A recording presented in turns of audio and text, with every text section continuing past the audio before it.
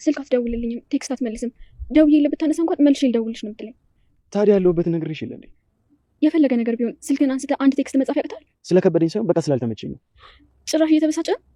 ለምንድን ነው የማልበሳጨው? እንዴት እየሆንሽ ነው ያለሽው? ሆን ብዬ እኔና አንቺ ነገር ለማበላሸት እየሞከርኩማ አታስመስይም። እሺ ይቅርታ ኪዱ። ቆይ አንቺ ካልተረዳሽ ማን ይረዳኛል? እሺ አልኩህ እኮ በጣም ይቅርታ። አረ እንዴት ማዳኘን ትችያለሽ? እኔ በጣም ደክሞኛል። ልቀመጥ። ማነው ስምሽ አንቺ? አዜብ። የፋይዳ መታወቂያ ስምሽ? አዜብ። ማነሽ? አዜብ። አቡሌን አንድ ጊዜ በጥፍ ያልሽ። ወይኔ ባሻ ምን ላድርግልን ነው? ማን አቡሌ? እንዴ ባሼ በሴት ልጅ ያስመቱኛል እንዴ? ምንም ቢሆን ወንድ ልጅ አይደሉት እንዴ? አውቀው አትቸኩል፣ ይገባኛል። እሺ ምን ይምላል? ይኸውልህ አሁን ደግሞ ምን ታደርጋለህ መሰለህ? አቡሌ አዜብን አንድ ጊዜ በጥፊ እንዴ! አንተ አንቺ ልጆች ገላሃታል። ሞታለች። እና እንዴት ነው የምትመታው? እንዴት ነው የምትመታት ይለኛል? እንዲህ ራሷን እስክትከመታት በኋላ መምህር ባሽዬ የተማሪዎች ጭቅጭቅ እየሰለቸው መምህር ባሽዬ ነገሮችን አስተካክላለሁ በማለት ወደ አላሰበው ነገር አምርቷል። ታዲያ በተለይም ደግሞ አሁንም የረባሹ አቡሌ ከሴቶቹ ተማሪዎች ጋር መጨቃጨቁ በማያገባቸው ነገር በመግባታቸውና በመጨቃጨቃቸው ስለዚህ ወደ ውጭ ወጥተው እንዲቆሙ ያደርጋቸዋል። ታዲያ ከዚህ መካከል ደግሞ በዚህ መካከል እንዳሉ ደግሞ እርስ በርሳቸው አለመደማመጣቸውና እርስ በርሳቸው እንደፈለጉ መምህርን ባለማክበራቸው በመምህር ፊት እርስ በርስ በመመላለሳቸው ታዲያ እርስ በርሳቸው እንዲቀጣጡም ያደርጋል። ሴቷም እንድትመታው ያደርጋታል። እሷም ለዚህ ምን ላደርግልህ፣ እኔ ዛሬ ይህንን እንዳደርግ ስለፈቀድክልኝ ከልብ ያመሰግናለሁ በማለት በእጅጉ ተደስታ ሳታበቃ ታዲያ አቡሌም ጋሽዬ እንዴት እኔ በሴት እደበደባለሁ? እንዴት እንደዚህ ይደረጋል? ገና ተናግሮ ሳያበቃ ነበር መምህር ባሽዬ አሁንም አንተ በድጋሜ እሷን መታት በማለት አሁንም መብት ይሰጠዋል።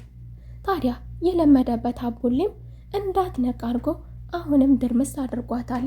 የትላንቱ አልበቃው ብሎ ዛሬም እንደዚህ በመድገሙ የተደናገጠው ጓደኛውና ተማሪዎቹን ሰብስቦ መምህሩ ወደ ውጭ ንጹህ አየር ማግኘት ይኖርባታል በማለት ወደ ውጭ ይዟት ይወጣል። በሌላ በኩል የአብርሽና የቅድስቴ ጭቅጭቅ። ቅድስቴ አብርሽን አታናግረኝም፣ ጀርባህን ሰጥተኛል፣ የተለያዩ ነገሮች።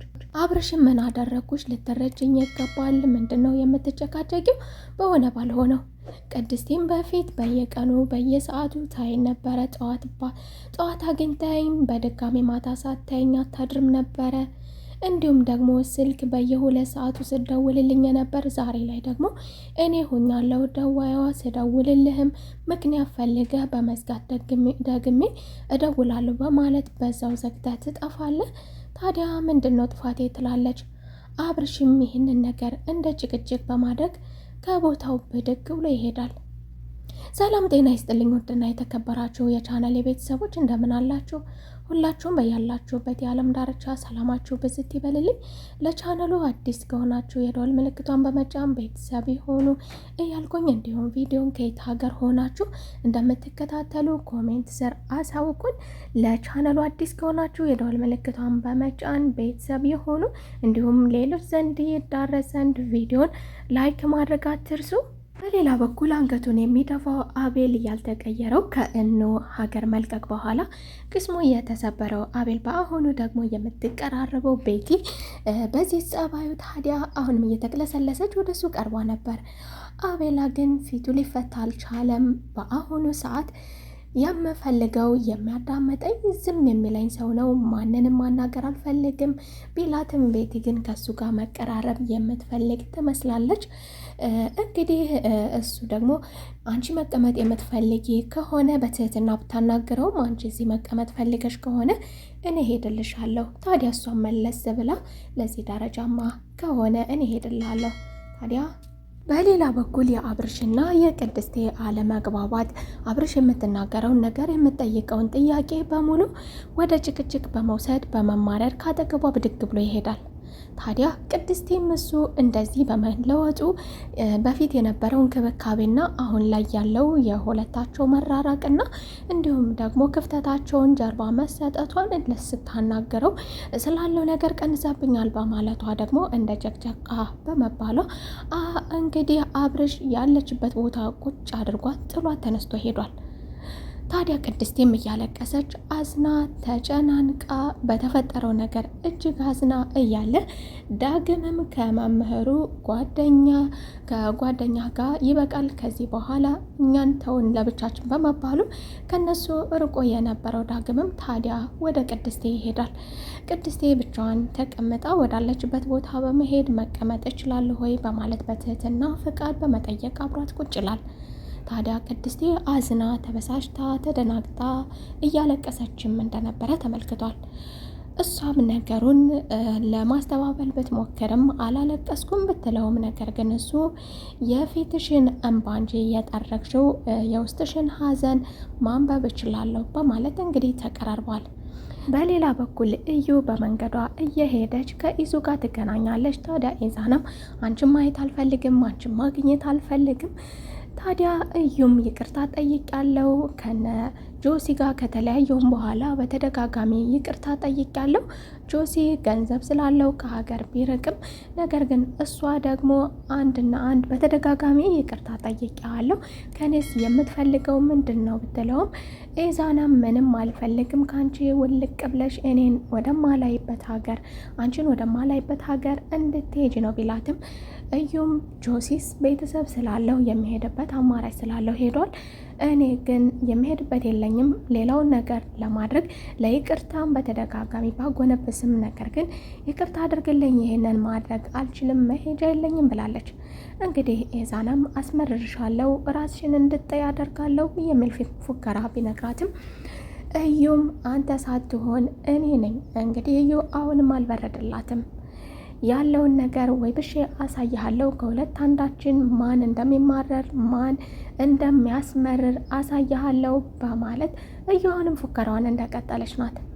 በሌላ በኩል መቅዲ የቤቲንና የቤትን አመለካከት ለአቤላ ያላትን አመለካከት ከተመለከተች በኋላ ታዲያ ለትንሿ ምን ይመስልሻል ሁለታቸውም ብናቀራርብ ስለሱ አንዳንድ ነገሮችን እየነገርናት እሷ ለሱ ያላት አመለካከት ጥሩ ይመስለኛል፣ አስተያየቷን አቀራረቧን ተመልክቻለሁና ምን ይመስልሻል እሱ ካለበት ስሜት እንዲርቅና ካለበት ሁኔታ እንዲወጣ እንዲለወጥ አንድ ነገር እናድርግ ትላለች። ይህ ነገር በእርግጥ ከባድ ቢሆንም ነገር ግን የቻልነውን ያህል እንሞክራለን በማለት መቅዲና ትንሿ እንግዲህ ምናልባትም ላትመለስ ስለምችል ይህ ነገር ደግሞ አሁን ላይ ያለበት ሁኔታ አቤላ በጣም ከባድ ስለሆነ እሱን ካለበት ስሜት ለማውጣት ጥረት እያደረጉ ነው። በሌላ በኩል ደግሞ አብርሽና የቅድስቴ ግጭት። ታዲያ አብርሽም ወደነ ትንሿ ሲመጣ ብቻውን መመለሱ በእጅጉ አስደንግጧቸዋል። ቅድስቴን ለማየት እና እሷን ይዣ ልምጣ በማለት ገብቶ ነገር ግን ብቻውን በመመለሱ ታዲያ ምን ተፈጠረ? ወዴት ሄደች? እሷን ለምን ይዛት አልመጣህም? የተለያዩ ጥያቄዎችን ታዲያ ለትንሽ ጊዜ ተበሳጭቶ የነበረው ከእሷ መራቅ ፈልጎ የነበረው አብርሽም ነገር ግን አሁን ላይ ደግሞ ከሰው ጋር እንደሆነች ይናገራል። ነገር ግን እሷ ከሰው ጋር እንዳልነበረችና ምን ተፈጥሮ ነው ያለውን ነገር ነገርን። እሱም ደግሞ አብረው እንደነበሩና ትንሽ እንደተጋጩና ነገር ግን ሲመለስ ደግሞ ከሌላ ሰው ጋር እንዳገኛት ነገር ግን ከሱ ጋር በመታየቷ ደግሞ በእጅጉ የተናደደባት ይመስላል። መቅዲና ትንሿም ሁለታቸው እንዲነጋገሩ መቅዲም ወደ ጉዳይ መሄድ እፈልጋለሁ በማለት እንግዲህ ጓደኛዋን ልዑል ማግኘት እፈልጋለሁ፣ ትንሿም መሄድ ይኖርብኛል በማለት ሁላቸውም ወደ የፊናቸው ሲለያዩ ቅድስቴና አብርሽ ብቻቸውን ቀርተዋል። ቅድስቴና አብርሽም ደግሞ አብርሽ እንደተናደደባትና ለመሆኑ ከኔ ጋር ስትቀመጭበት የነበረው ጋር አብርሽ የተቀመጥሽው ወንድ ልጅ ጋር እንዴት በምን ድፍረት በዚህ ፍጥነት እንዴት ከሱ ጋር ልትነጋገር ትችያለሽ? ቅድስቴ ምንም ያደረገችው ነገር እንደሌለና እሱ እንግዲህ መቀመጥ ከፈለገ እሷ የማባረር ስልጣን እንደሌላት እየናገረችው ነበረ። በሌላ በኩል እንግዲህ አብርሽ ጠላቶቹ የበዙ ይመስላል። በሌላ በኩል መምህር ባሽዬ አይኑን ከቅድስቴ ላይ በመጣሉ የቅድስቴን እርጋታ የቅድስቴን ብዙ ነገሯን እንደወደደላት በተለያዩ ጊዜያቶች ሲገልጽ ነበረ። እንዲሁም ደግሞ በዛ የተበሳጨው ያ አልበቃ ያለው አብርሽ ደግሞ ዛሬ ላይ ደግሞ በሌላ በኩል በዳግም እየተፈተነ ነው። አብርሽም እንግዲህ ቁጣ እያለው ከሷ የራቀበት ሌላ ምክንያት እንዳለውና ችግር እንደገጠመው ከአንቺ ሌላ ማን ሊረዳኝ ይችላል እያለ የነበረው ስልክ አላነሳ ከእሷ መራቅ እያለ የነበረው ዛሬ ላይ ደግሞ ከዳግም ጋር አብራ በመቀመጧ እንግዲህ ቁጭ ብድቅ እያደረገው በግልጽ ተናግሯል። በሌላ በኩል ውሎዋ እንዴት እንደነበረና የት እንደነበረች እንዴት እንደነበረ ሁኔታቸውን እየተነጋገሩ ትንሿ ወደ ቤቷ ከተመለሰች በኋላ እንግዲህ ያልነበረ ነገር ድሮ ላይ የነበረ ነገር አሁን የጠፋ ነገር በድጋሜ አሁንም በራቸው ተቆርቁሯል። ይህ በር ሲቆረቆር የነበረው እነ ጆሲ በነበሩበት ጊዜ ነበረ። እሷም እንግዲህ ማን ሊሆን ይችላል? ይህን ድምፅ ከሰማን በጣም ቆይተናል። ይህ ሲረብሸን የነበረ ነገር ነው ማን ሊሆን ይችላል በማለት ኤዛናም እንግዲህ ማን እንደሆነ ለየው በማለት ከተቀመጠበት ተነስቶ በር ለመክፈት ወደ በሩ ሄዷል። እስኪ እናንተም ሀሳብ አስተያየታችሁን ግምታችሁን ኮሜንት ስር አስቀምጡ። በር ላይ የነበረው ሰው ማን ሊሆን ይችላል? ከዚህ በፊት ሲረብሿቸው የነበሩት እነ እዩ አሁንም እየቀጠሉ ወይስ ደግሞ ምን አዲስ ነገር ተፈጥሮ ይሆን? ማን ይሆን በሩ ጋር ያለው? ትንሿን ያስደነገጣል ነገር እና በዚህ ልክና በዚህ አይነት በር ሲቆረቆርና ሲረበሽ የነበረበት ያ ያለፈው ነገር ጋር የተገናኘ ይሆን ወይስ ደግሞ እነ ቅድስቴስ ምን ጋር ይደርስ ይሆን? የአቤልስ ሁኔታ የአቤልንስ ሁኔታ ከቤቲ ጋር መስማማት አለበት ወይስ ደግሞ እኑ ተመልሳ ትመጣ ይሆናል? እናንተም ሀሳብ አስተያየታችሁን ግምታችሁን ኮሜንት ስር እያስቀመጣችሁልን አብረን ወደፊት እንቀጥላለን። ቪዲዮ ከተመቻችሁ ላይክ አድርጉ። ሀሳብ አስተያየታችሁን እንቀጥል የሚል ወይም ደግሞ ሀሳብ አስተያየታችሁን ያልተመቻችሁ ነገር ካለ ኮሜንት ስር አስቀምጡልን።